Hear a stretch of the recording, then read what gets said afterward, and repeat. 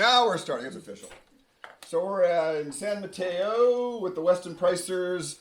And those of you who, this will end up on YouTube. So I have a 450 subscribers on YouTube. It's 10 to 100 views. I'm not like a major celebrity, but it's enough that people that really want the message, because my message has always been what's free, efficient, and very little effort. So I'm going to save you time, money, and effort. That's my thing. I don't want people to have to go into the hospital, for example, with and I'm not shy about this.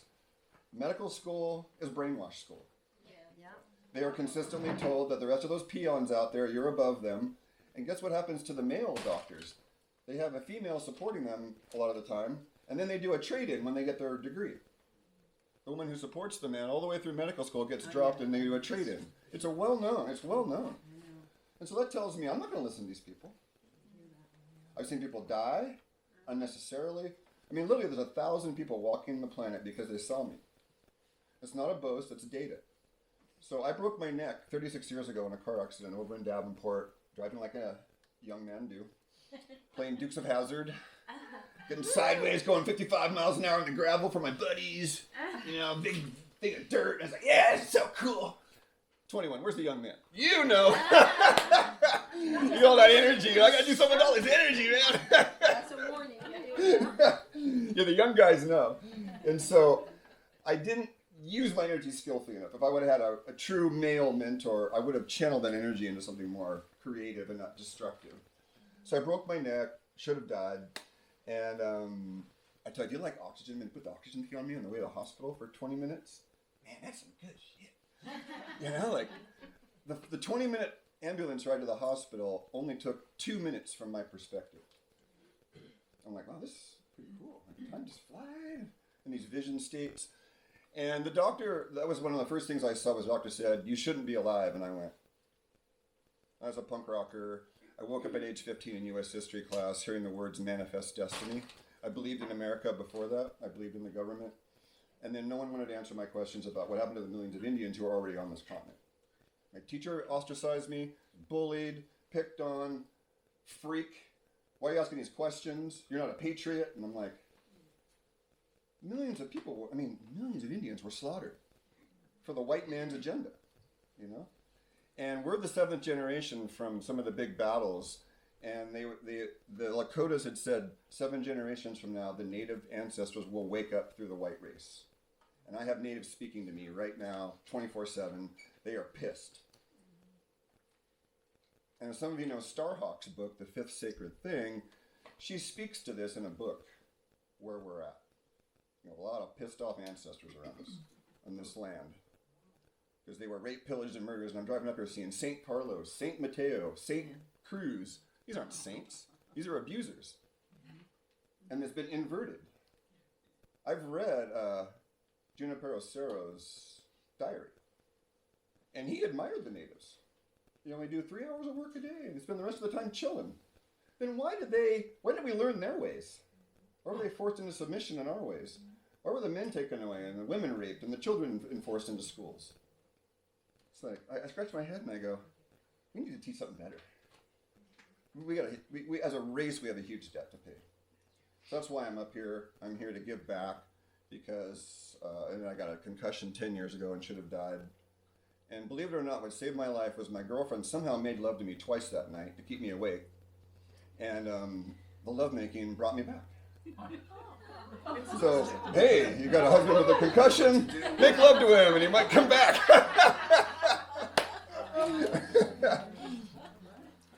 So I'm here to share more of, there's an empirical evidence kind of science.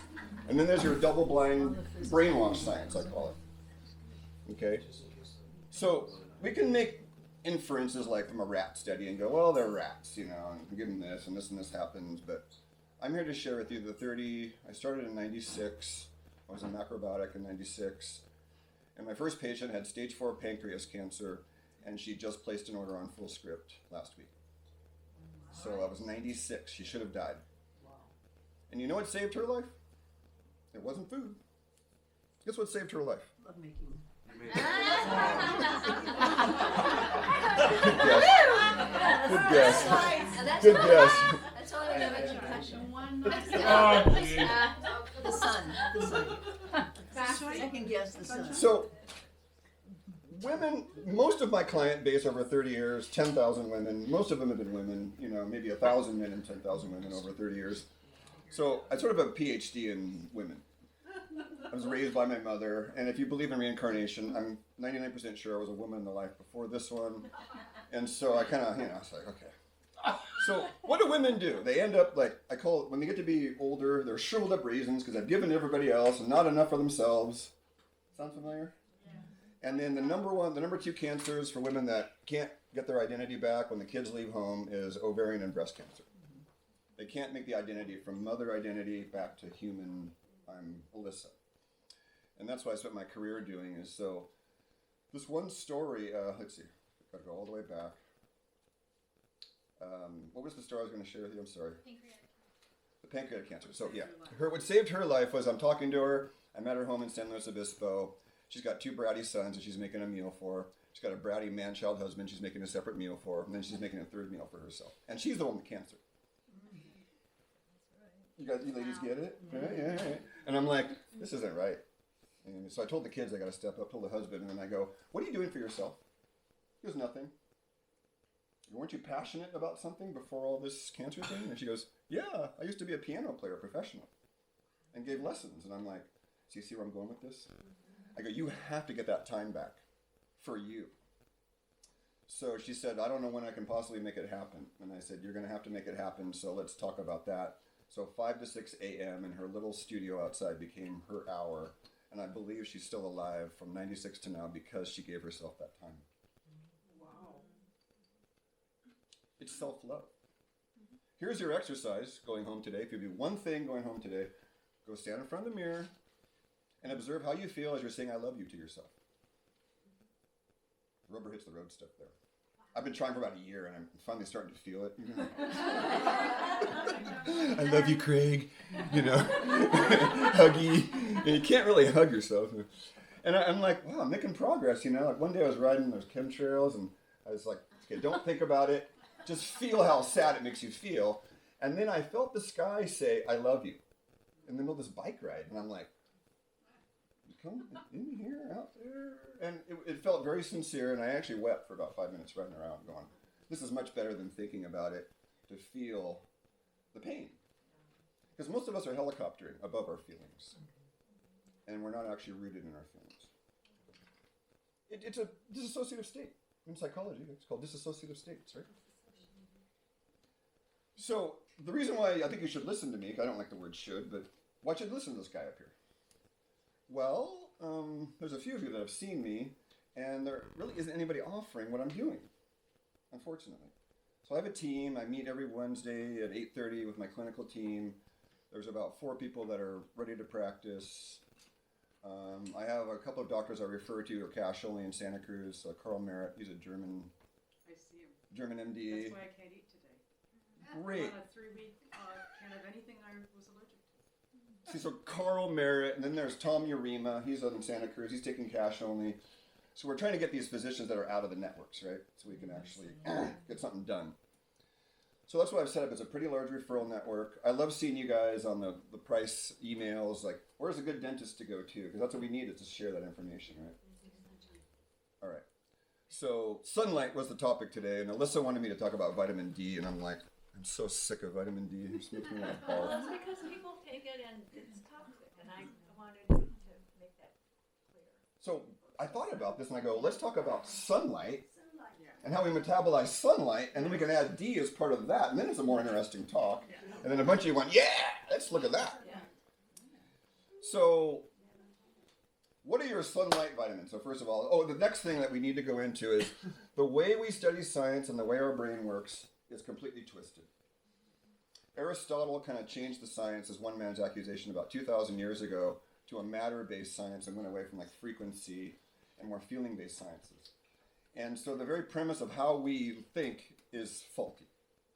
Because when I started studying Oriental medicine and macrobiotics in the 90s, I realized if I'm going to study something from Japan and China, I better study the culture. So I have a context for how they think. And so there's if you write in pictures, right, little pictograms, it's a much different way of thinking than if you're writing in letters. And I believe English is the most brainwashed Orwellian language on the planet. I am happy, I am sad, I am cold, I am hot. What do they say in Latin? I have, not I am. So our limbic system is in a disaster all day, every day. I'm hot, I'm cold, I'm happy, I'm sad. No, we're not. They're temporary passing states. So we don't think about consciousness, right? Consciousness is being messed with every day in the West because it's inverted. David Icke speaks to it. I mean, David Icke as a whole, we won't talk about David Icke too much, but he talks about the inversion, right? And he's correct. He's cool. It's all inverted, gaslight, like up is down, down is up, good is bad, So, sunlight's no different. So, I didn't even sell supplements. Yeah, I've been practicing since '96. Wow. So I didn't even sell supplements until about 13 years ago. And I've been a pricer for about 20 years. So I got, this is my first. Sally Fallon's book was first, and Dr. Natasha's GAP's book was second. Because I was one of these people. I'm still on the spectrum, I'm still on the spectrum, let's be clear. If you look at the autistic questionnaires, I took it and I'm like, oh my God. I'm on the spectrum. So, Price changed my life as a nutritionist because this was about 2001. I'd been started in '96, and then Nutrition and Physical Degeneration. I don't know if you've read that. That's really Price's groundbreaking work, and if you haven't read that, then you really don't really understand Price. Because he went around the world, I don't know, did he pay for it himself or Yes. out of his own pocket? Yeah. That's pretty impressive. Wow. He wanted to know enough. He traveled the world. Was it 16 cultures? 17 cultures? 16 cultures? 17 cultures? A lot of cultures. And so he collected teeth data. And he's looking at so guess what happened? The average native culture before exposure to white man brainwashed foods was 2 to 3 cavities per 100 teeth, I believe. And then upon one generation of exposure to white man brainwashed foods, 27 cavities per 100 teeth. Now that's data that shouldn't be ignored.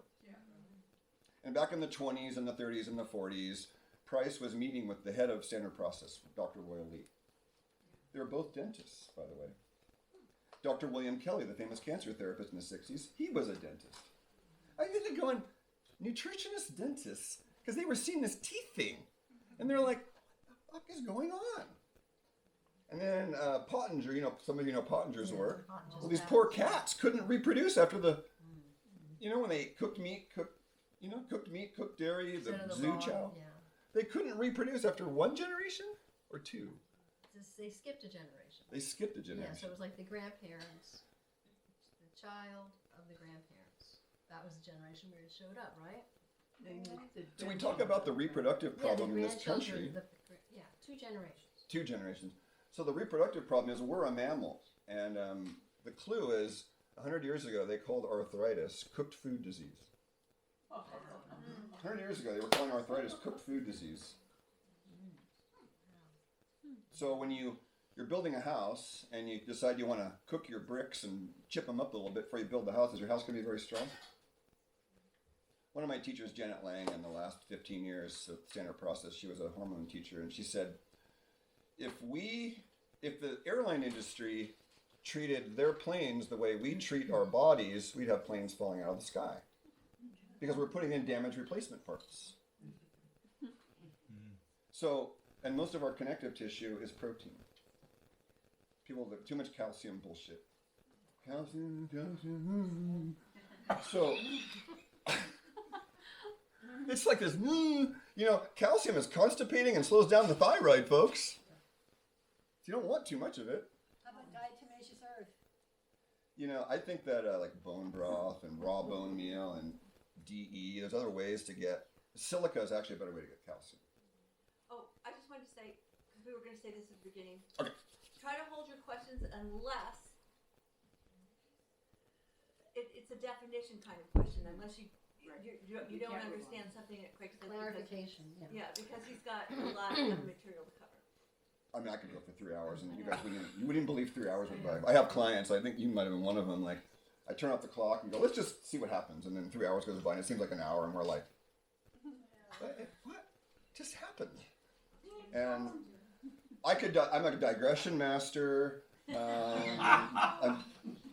Anybody who knows me knows that, so yeah, you have to, Periodically, I'm questions are better. Yeah, questions are better at certain periods of time and not, because I will answer them and we'll get 5 stories later and then, you'll go back to the topic now. So sunlight. We'll just start with this then. There's various ways to capture sunlight, I've discovered. I've been surfing since